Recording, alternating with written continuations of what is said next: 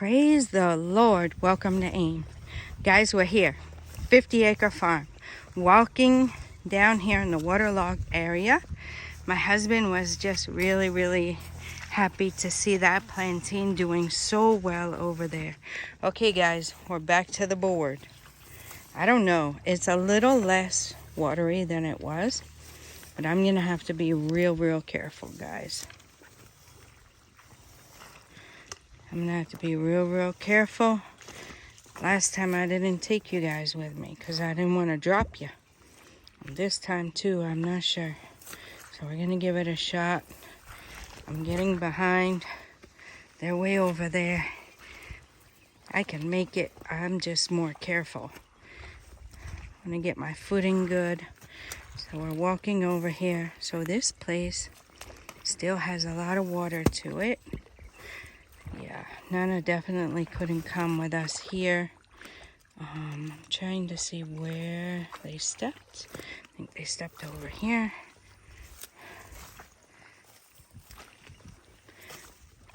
Okay, guys, here we go. This is really a waterlogged area, so I'm gonna be right back, guys. Video going quick so you could hear it. It's not very square place just because of the nature of the land.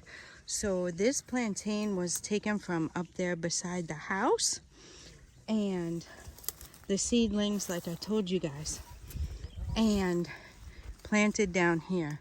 Plantain doesn't like real watery areas, so when the area that was real watery, they could not plant it there. We're on our way to the sugar cane, guys, so let's go see. That was our goal, was to come and see the sugar cane too, as well as the plantain. The coconut is still doing well. That will be our future crop. Stay tuned, guys, to this channel. We're not going anywhere, the Lord willing. And in a few years, when the coconut raises up, you'll see how it is, how we ended up where we are.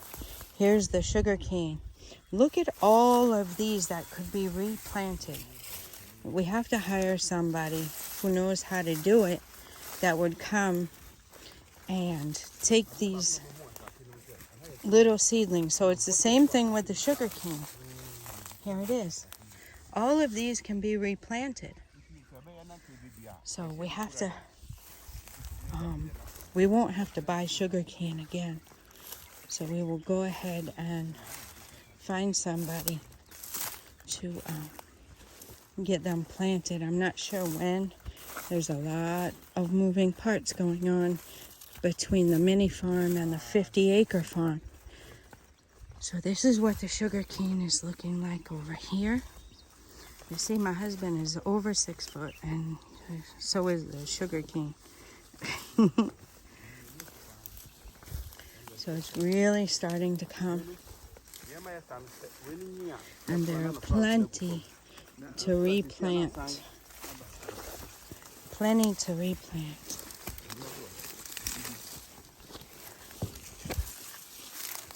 So this place is a little bit harder to keep weeded. We'd have to actually pay somebody to come and weed this place. It's not as easy to just plant anything here, like it is up there because of the water. But the water is also where the sugar cane does really well. So hopefully, I don't know how it works. Like a butterfly. I don't know how it really works, but for the most part, maybe the weeds don't go too tall because of the water. My husband's showing us sugar cane here. 6 months now. 6 months for the sugar cane. Okay. You gotta be careful through here, guys, because there's like little vines that can get a hold of your feet and bring you to the ground real quick. So we're walking carefully. So like I said, hopefully the weeds don't grow up too much. We'll have to ask what the plan is for weeding. So what is the plan for keeping the weeds down in the sugar cane, or we don't have to worry about it? No, the weeds that we have, it's only we have these shrubs, this type of shrubs. Uh-huh. You can use 2,4-D. But we don't have, if you don't have these shrubs, it will develop of grasses. And the grasses too, when you apply the glyphosate, it will affect the Sugar cane. sugar cane. Oh, So okay. always we have to weed it. Okay. So they weed it by hand. Here is the papaya right here. I believe this is the male variety of papaya. So, like he was saying, these kinds of things are okay. But they will weed them anyway, so they weed them by hand. So yeah, there's a lot of work going on here in the farm, guys. We're coming back down here. You see the avocado? I see. It's coming. No, it's coming now. Yeah. There's fruit on it. There's fruit on it. Yep. It's just not. It's not grown yet, but it's coming. It is fruiting. Yes. So guys, Wow, that's a lot. if you've been with us, you've seen this avocado tree before. We have taken a lot home. Look, there's even a bunch that are growing around here. And look, guys, it's a lot. Every end of the branch is like that. Every one. So we hope and pray, as I was saying, that the signs will help so that people won't come and take all. Another one is coming. The avocado. Wow. When Wow. we treat it very well, it will also become like this. Wow. So this will be our little avocado plantation area over here. So the avocados are very good for you guys. They're a healthy fat. They're a good source of vitamins and minerals. And look it up. I'm not a doctor. I'm not a nutritionist even. But I have done some research. And I know when I was doing keto, if you guys are familiar, oh, they're falling too. So I don't know what's causing them to fall off, but they're falling. But anyway, they're a good source of healthy fat. So if you're making the empathy with the pepper and stuff, it's good to have some of these avocado to add to it. I would prefer that than palm oil. But a lot of people like the palm oil. But I would prefer the avocado. So that's what we got going on here. The water is over here. I guess we could walk over here and take a peek at the water.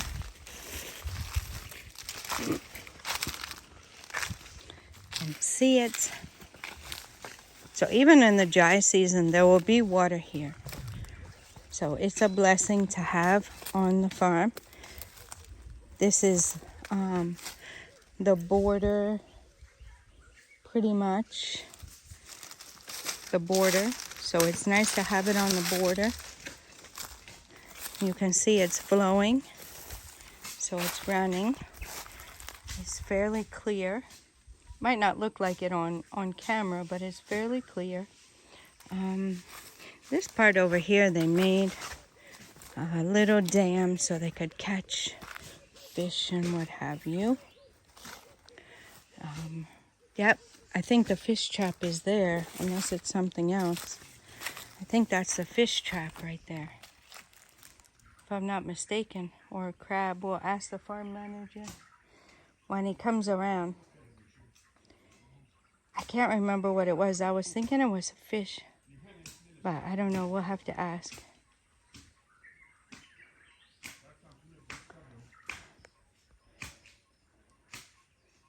So when you see something like this, you know there's food in it. Don't know which kind, or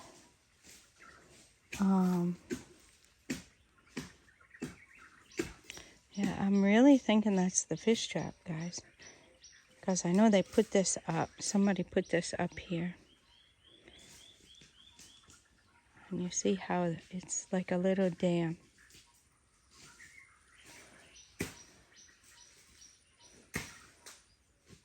So this one is a fish trap. Yes. Uh-huh. So it is, guys. It's a fish trap. Can you see it? It's right there. So they will catch the fish and eat them. And over here too, if you guys are new to the channel, we have crab, little blue crab, that we normally use for okra stew and stuff like that. There's somebody else's sugar cane. They planted theirs before ours. So if you see here, you see the sign there. Let me show you guys. Somewhere up there. Somewhere right there is the sign. So that is the border coming straight down. Straight down. Okay. No, this is the border, guys. Sorry. The sign is a little bit inside the border. So the border is here. You see the coconut. This is the border coconut. And then where the weeds start there and the sugar cane. See, they're having the same issue as we are. They have to get in there and weed it. So the thing about it here is that once you weed it, it grows right back quick. Guys, look at this tree. Wow. You don't want to mess around with this tree. Look at the thorns on that thing. Wow. This is not a tree you climb, that's for sure. Uh-huh. I don't know what kind of tree it is. What kind of tree is this? Do you know? This is Saba tree. Saba. Saba. Saiba. Saiba. Tree, yeah. Wow. Yeah, you can't climb that one. Currently, this is what we take to make this in plywood. Oh, for plywood. Wow. Wow. Amazing. So that's what it's looking like here. What are your thoughts? I think so far everything looks good. We're trying to assess the land. I think this place is kind of a slumpy area. So like we are in Hamilton. So coming January, the slumpy area, we have to plant something which is corn. So we can plant corn around this swampy area. That's why we came here to assess where we can plant the corn, because it will be beneficial if we plant the corn. Because coming March going, you cannot do anything around this area because it's waterlogged. So you take advantage on January, because a lot of land they don't have swampy area. So January, those of us who have a little bit swampy area, you can plant corn. So we are here to assess the land and see where we can plant the corn.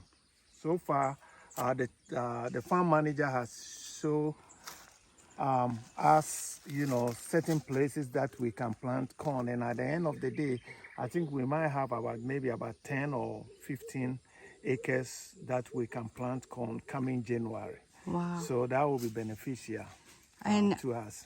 And when the corn is harvested from the January planting, it will bring in more money. Right, because like I said, a lot of farmers don't have swampy area. So if you have waterlogged area, you can utilize it by planting corn earlier. And the earlier corn is very expensive, because coming March, everybody will plant corn, so the price is a little bit lower. But January, that is the beginning of the planting of corn. If you are able to plant it in January, you will make a little bit of money out of it. Wow. Yeah. That is great. That is great. So that is the assessment. So you guys learned a lot in this video. I hope you enjoyed it. I'm going to end it here because we're going to see what we're going to do next. So that's the sum of it all. You saw the sugar cane, the avocado tree, more avocado trees coming. This swampy area is an excellent place to plant corn in January because it's too dry to plant corn on regular land unless you have irrigation, and a lot of places do not have irrigation. It would be nice to have irrigation, but we do not have that at this time. We do have a swampy area, which is, see, if you put your, you can tell this place is moist. You see? So if you plant corn here, it will get plenty of water. And then when you go to sell it, other people won't have corn. Most people don't have corn at that time that the corn from here will be ready. So we will get more money for it.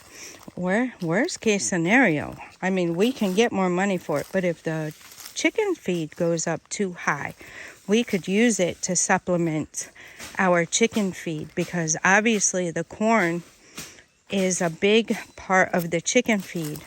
So if we have to at that time, when the chicken feed goes up drastically because of the corn prices going up, we will be able to supplement our feed and save a lot of money on it. So it's win, win, win, win, win. No matter which way it goes, it wins. Unless God decides that he won't let it grow. And that's not the kind of God we serve. So he has been faithful and will continue to be faithful. And we will always give all glory to him because he is faithful. And yeah, so that's a little update here. I pray you guys enjoyed the video. Enjoyed being here at the 50-acre farm with me. I'm glad I was able to get you this footage. We're going to head back and see what else we're going to get into. And stay tuned for more videos. Till next time, God bless you.